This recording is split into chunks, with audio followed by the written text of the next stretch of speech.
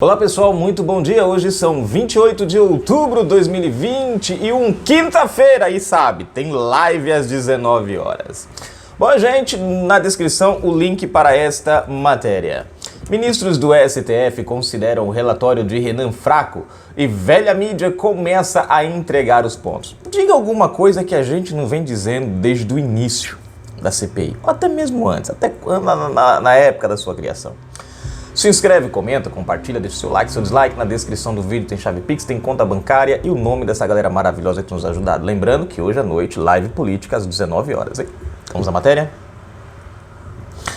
A CPI da Covid torrou dinheiro público para chegar a lugar nenhum. Uma coisa que eu tenho dito sempre, né?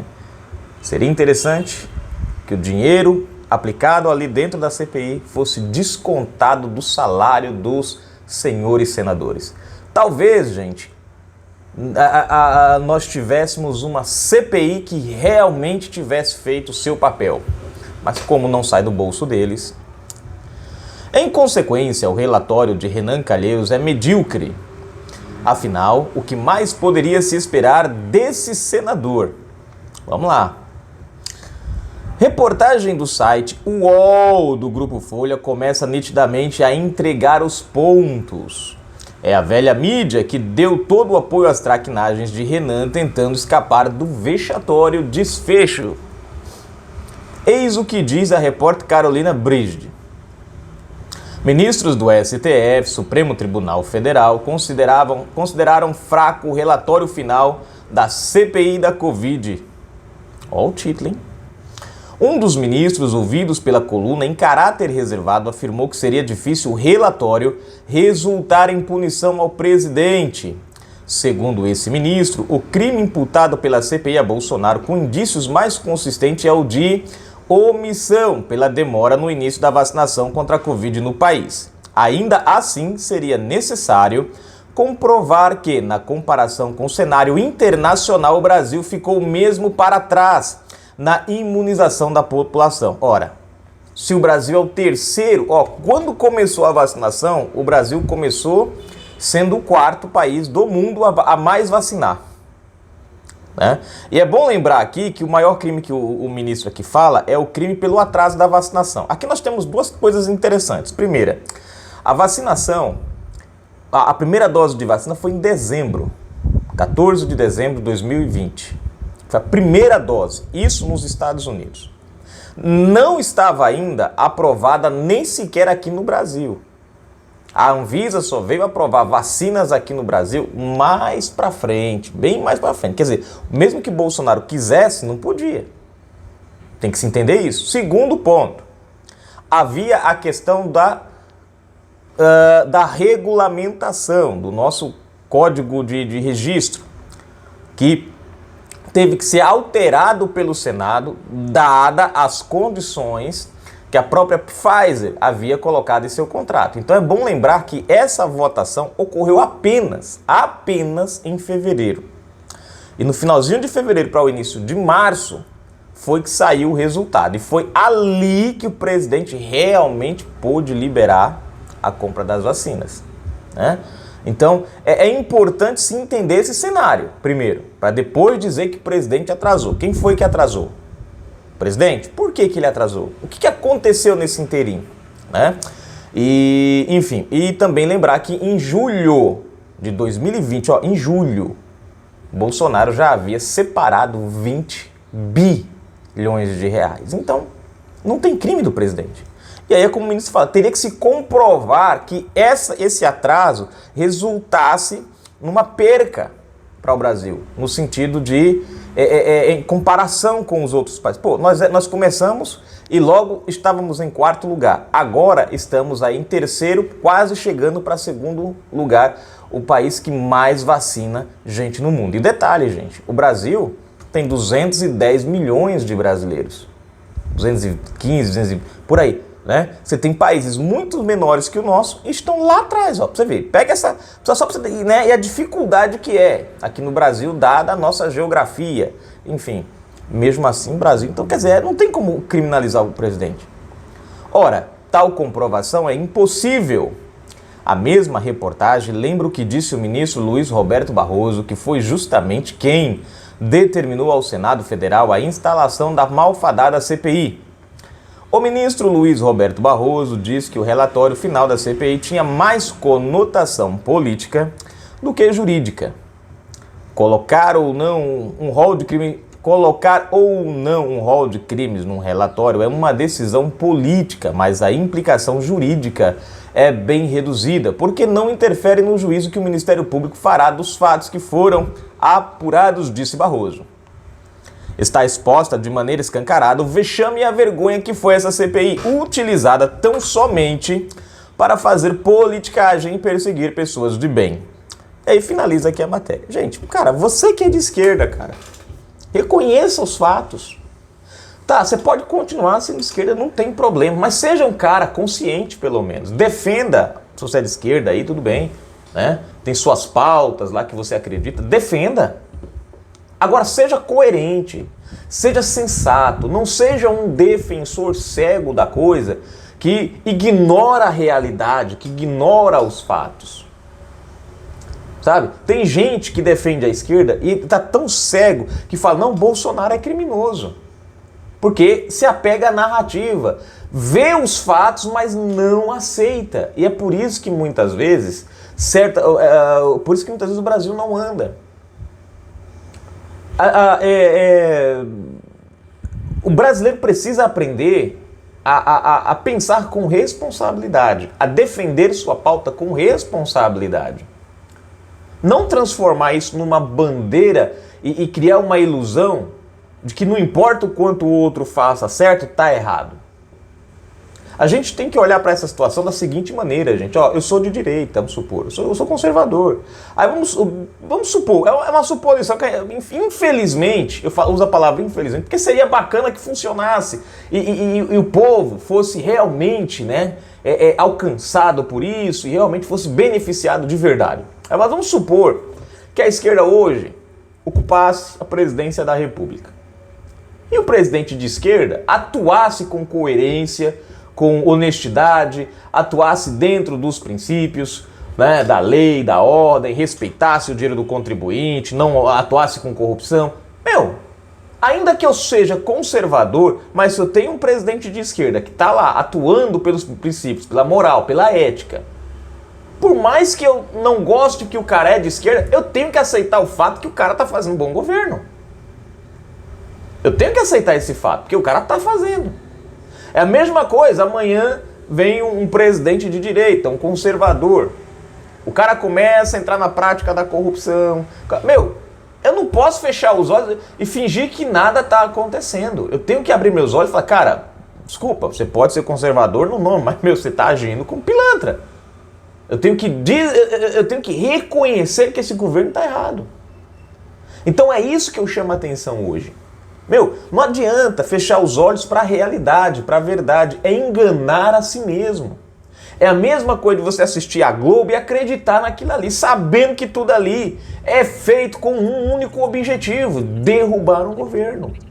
Não tem um objetivo de informar, não tem um objetivo de trazer à população uma notícia, um fato, não. A ideia ali é pegar um fato, distorcer, espremer e criar a realidade deles.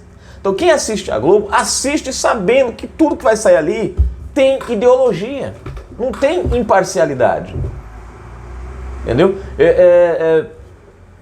Então, o relatório, cara, você vê, o próprio site da UOL, gente, que é o site que mais alfineta o presidente, começa, a mídia tá pulando. Por que a mídia tá pulando fora, gente? Porque a mídia tá percebendo, ninguém vai afundar nesse barco com o Renan, não. Renan já voltou em alguns pontos dentro do próprio... Quer dizer, o cara tava tão consistente, tão certo dos crimes que apontou ao presidente, né? Que ele já voltou em alguns pontos. Colocou gente, já tirou gente de dentro do relatório. Você olha dentro do relatório, não tem ninguém que fez negócio com empresa de cannabis, não tem ninguém que fez negócio com adegas de vinhos, com lojas de brinquedos. Você não vê ninguém dentro desse relatório que pagou dinheiro por equipamentos que nunca foram entregues, ou por equipamentos que chegaram defeituosos e não foram repostos, ou por equipamentos, por exemplo, respiradores para a questão da Covid, é um tipo. Para outro tipo de problema, é outro tipo de respirador. Né? E nós tivemos esse problema também. Compraram para a Covid e chegou para outro problema. O respirador não servia. E era mais barato. Para onde que foi o dinheiro? Você não vê ninguém ali, gente, dentro desse relatório que tenha de fato ligação com o que causou a crise na pandemia. Não tem. Você só tem pessoas ligadas ao governo, à vacina. Não foram as vacinas que criaram crise no Brasil. Quem criou crise no Brasil foi o Covidão. Era esse o centro. Mas se fugiu tudo, né, eles aproveitaram ali, né, vinha daquela pressão, viram que não conseguiram derrubar o presidente em fevereiro. Cara, eu não esqueço, gente, ó, é o dia 4 de fevereiro, meu irmão. Vocês falam que o presidente é negacionista, você fala que os...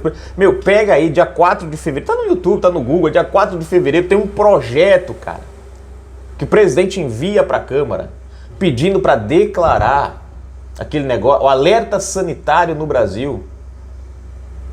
Uma das propostas era não ter carnaval no Brasil. João Dória disse que não tem problema nenhum. O que é isso? Não. Isso daí não... Outro chegou e disse, não, porque o Brasil, o clima é diferente, aqui as coisas não são iguais, cada país tem uma... O outro chegou e disse, não, não, as pessoas não precisam ter medo. Aí veio o médico Drauzio Varela da Globo, disse isso aqui vai ser em 80% da população, isso vai ser uma gripezinha. Depois disseram que foi Bolsonaro que disse isso. Bolsonaro disse que para ele, seria como uma gripe. Ele não falou para a população. Agora o Drauzio trouxe até a porcentagem, que seria no máximo uma gripezinha, né? Até falou que era bobagem esse negócio de pessoas morrendo. A Globo fala isso, ninguém mais mostra. Hashtag Bolsonaro tinha razão. Veio o carnaval, explodiu. E o negacionista é o presidente. Então, se fosse pra gente colocar no papel, gente, bota aí os governadores que trouxeram o carnaval pro Brasil. Na época. Tá lá, você pode negar o quanto você quiser, mas tá lá o projeto encaminhado pelo governo federal. Agora, claro, quem era o presidente da Câmara nessa época?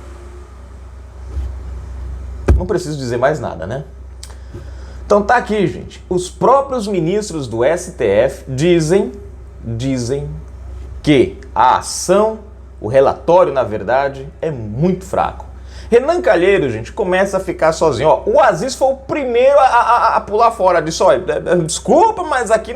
Que foi, ele ainda chega a dizer, eu tenho minhas divergências com o Bolsonaro, mais ou menos assim, tenho minhas divergências, meus problemas, todo mundo sabe disso, mas também eu não vou, né? Quer dizer, ele sabe, gente. O G7 se juntou ali, foi pra cima do Renan, né? Enfim... E ele teve que fazer algumas alterações. É pife. Agora, é como a matéria fala. Torrou dinheiro público. Aqui nós temos dois problemas gravíssimos. Dinheiro que poderia estar sendo investido no combate à pandemia foi jogado na lata do lixo nessa CPI. E contratos de vacinas que poderiam ter sido fechados e hoje talvez nós já estivéssemos até com um número muito maior de pessoas vacinadas, deixaram de ser vacinadas porque empresas começaram a ficar com medo de fazerem contrato com o Brasil e acabar tendo a sua imagem manchada por uma CPI conduzida por corruptos ideológicos. Então, se você colocar no papel direitinho, esse relatório não deveria ser contra o presidente da República, deveria ser contra a cúpula da CPI, que graças a ela nós tivemos mais de 3 empresas farmacêuticas que estavam querendo negociar com o Brasil e disse, ó, parei, nem vamos começar. Esses senadores que o povo elegeu aí no Brasil é tudo doido. Ninguém vai manchar a imagem da minha empresa por causa de um bando safado, não. E deixaram de negociar. Mas tudo bem. Ó, Luiz Miranda. Quem é Luiz Miranda? Eu trouxe pra vocês aí o cara. Mensagem, não apareceu nenhuma mensagem. Áudio, apareceu. Um áudio dele negociando por fora as vacinas com empresários e cairia justamente naquele esquema que o Flávio Dino, o Dória e outros governadores mandaram para o STF pedindo autorização para comprar a vacina, mesmo não aprovada pela vacina. Vocês lembram disso? Pela Anvisa, e comprar a vacina direto dos laboratórios sem precisar do Ministério Público. Lembram disso? E quem é o áudio? Quem é que está no áudio negociando com empresas para poder trazer para o Brasil? Luiz Miranda. Então, os mesmos que acusam Bolsonaro, eles acusam não é porque Bolsonaro fez. Não, gente. Eles acusam porque estão putos da vida, porque não conseguiram fazer. Na descrição, chave Pix, conta bancária, gente. Agradeço o carinho de vocês.